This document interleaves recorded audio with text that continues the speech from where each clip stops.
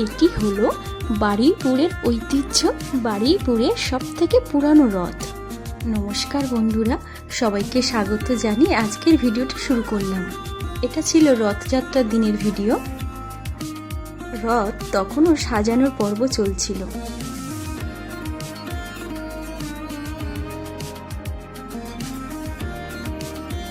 কিন্তু ওদিকে আমার সোনা বাবা সকাল সকাল উঠে স্নান করে রথ সাজিয়ে পুজো করে রথ নিয়ে বেরিয়ে পড়েছে।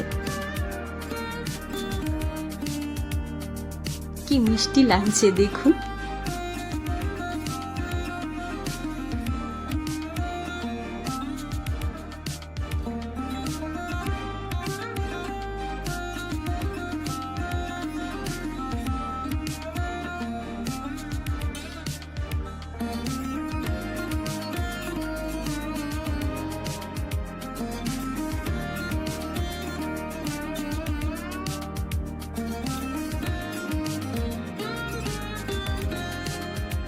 আর সন্ধে না হতে হতেই মেয়েকে নিয়ে চলে এলাম রথের মেলায়।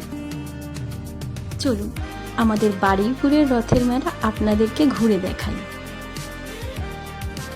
আর্টিফিশিয়াল ফুলের দোকান থেকে শুরু করে কসমেটিক্স, ইমিটেশন, মাটির পুতুল, খেলনার দোকান, খাবারের দোকান, কি না নেই এই রথের মেলায়।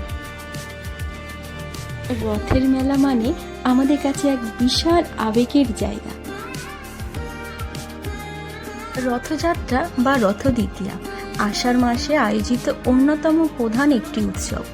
আপনারা কি জানেন জগন্নাথ দেবের রথের নাম হলো নন্দীঘোষ, আর যে দড়ি দিয়ে এই রথ টানা হয় সেটি আসলে শঙ্খচূড় নাগ। আর বলরামের রথের নাম তালধ্বজ, আর এই রথের রশ্মি হলো বাসুকী নাগ। সুভদ্রার রথের নাম দর্পদলন, আর এই রথের রশ্মি হলো স্বর্ণচূড় নাগ। সেজন্য বলা হয় রথের দড়ি ধরলে পুণ্য হয়। আসলে এই নাগদের মূলত বাসুকীর কৃপা লাভ হয়।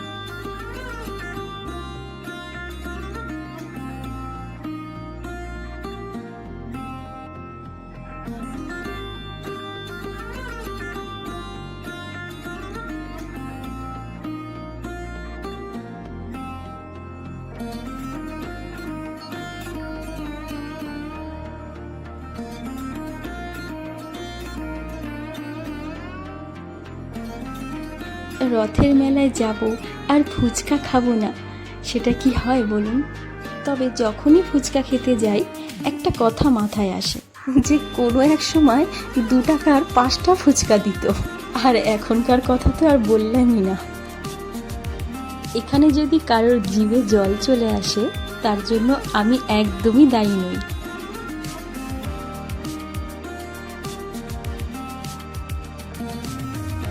এখানে কেনাকাটির পর্ব চলছে।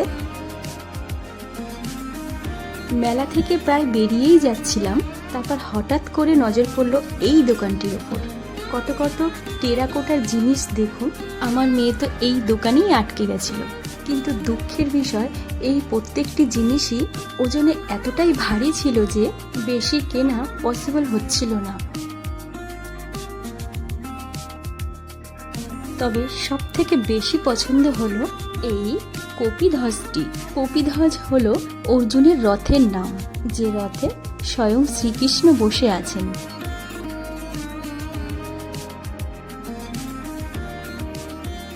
তো বন্ধুরা, আজকে ভিডিওটি এখানেই শেষ করলাম। সবাই ভালো থাকবেন।